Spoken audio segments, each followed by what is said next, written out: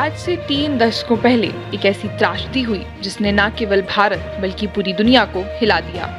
3 दिसंबर 1984 वो तारीख थी जब भोपाल मध्य प्रदेश एक घातक गैस लीक से जख्मी हुआ। एक रात में सैकड़ों लोग मौत की नींद सो गए और हजारों जीवन रौंद गए। यह वो घटना थी जिसने मानवता को कठोरता और लापरवाही का भयावह चेहरा दिखाया। वह रात एक सामान्य रात जैसी लग रही थी, मगर रात के ठीक 12 बजे के बाद यूनियन कार्बाइड इंडिया लिमिटेड के कारखाने से अत्यधिक विषाक्त मिथाइल आइसोसाइनेट गैस का रिसाव शुरू हुआ। यह गैस जो बिना किसी चेतावनी के हवा में घुल गई ने भोपाल के नागरिकों को बुरी तरह प्रभावित किया। गैस का असर इतनी तेजी से हुआ कि लोगों के शरीर जलने लगे, आंखों में जलन और सांस लेने में कठिनाई महसूस होने लगी। जैसे ही लोग बाहर भागने लगे, कई गिरकर मरे, कई बिना किसी मदद के तड़पते रहे। सुबह होने से पहले भोपाल की सड़कों पर मौत का मंजर था।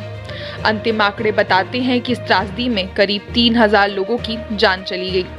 लेकिन ये सिर्फ एक प्रारंभ था, क्योंकि जो लोग इस गैस से प्रभावित हुए उनके जीवन का संघर्ष आज भी जारी है। गैस के प्रभाव से पीड़ित होने वाले लगभग 5 लाख लोग आज भी शारीरिक और मानसिक स्वास्थ्य समस्याओं से जूझ रहे हैं। कई परिवारों ने अपने सैकड़ों अपनों को खो दिया और जो बचे उन्होंने जीवन भर की तकलीफें झेली। गैस लीक ने न सिर्फ मानव जीवन को छीन लिया, बल्कि यह प्राकृतिक संसाधनों और पर्यावरण को भी भारी नुकसान पहुंचाया। जो खेत पहले हरियाली से लहलाते थे, अब सूखे और मृत हो गए। जीव जंतुओं की मौत ने एक और कड़ी त्रासदी को जन्म दिया। लेकिन यह सिर्फ एक गैस लीक की कहानी नहीं थी, यह एक कॉर्पोरेट लापरवाही, एक कड़वा सच था, जहां एक मुनाफे की तलाश में इंसानियत को पीछे छोड़ दिया गया। यूनियन कार्बाइड और उनके जिम्मेदार अधिकारियों ने इस हादसे से बचने के लिए कोई ठोस कदम नहीं उठाए। उनका दायित्व कम कर दिया गया। किसी ने सोचा नहीं था कि जो शहर कभी अपने शांतिपूर्ण वातावरण के लिए प्रसिद्ध था, वह एक दिन इतना दर्दनाक इतिहास बनाएगा। न्याय की लड़ाई अब भी जारी है, पीड़ितों को मिलने वाला मुआवजा नाकाफी है और उनका संघर्ष अनवरत जारी है। लेकिन अब भी एक सवाल बना हुआ है, क्या सचमुच कभी न्याय मिलेगा? हम आज भी इस हादसे को नहीं भूल सकते। यह सिर्फ एक गैस लीक की घटना नहीं थी, यह एक चेतावनी थी जो हम सभी को सुननी चाहिए। इस हादसे ने एक बात साफ कर दी कि इंसानियत की कीमत मुनाफे से बड़ी होनी चाहिए।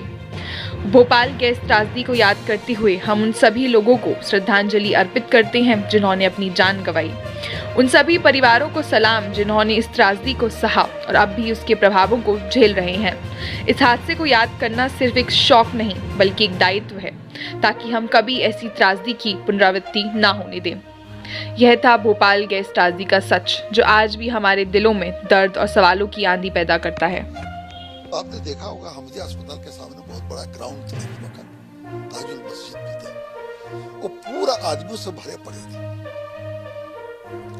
वहां पर जाने का जगह ही नहीं था, फुल ऑफ आदमी। कोई उल्टी कर रहा है, कोई खांस रहा है, कोई कुछ भी कर रहा है।